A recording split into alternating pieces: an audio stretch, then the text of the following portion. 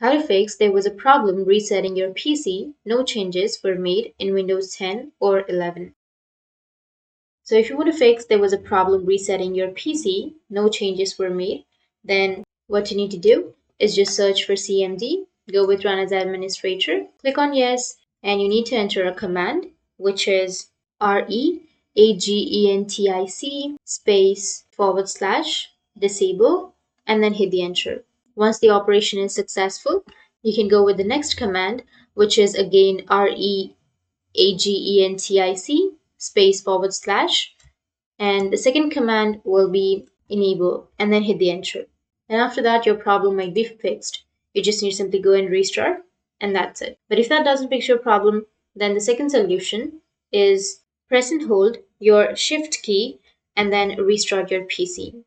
So just go with this power option and you just need to simply press and hold the shift key and then click the restart button.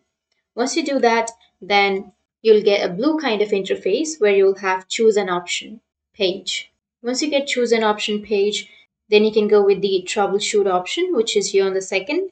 And after that, go with resetting this PC and go with keep my files. And you can go with the local reinstall option.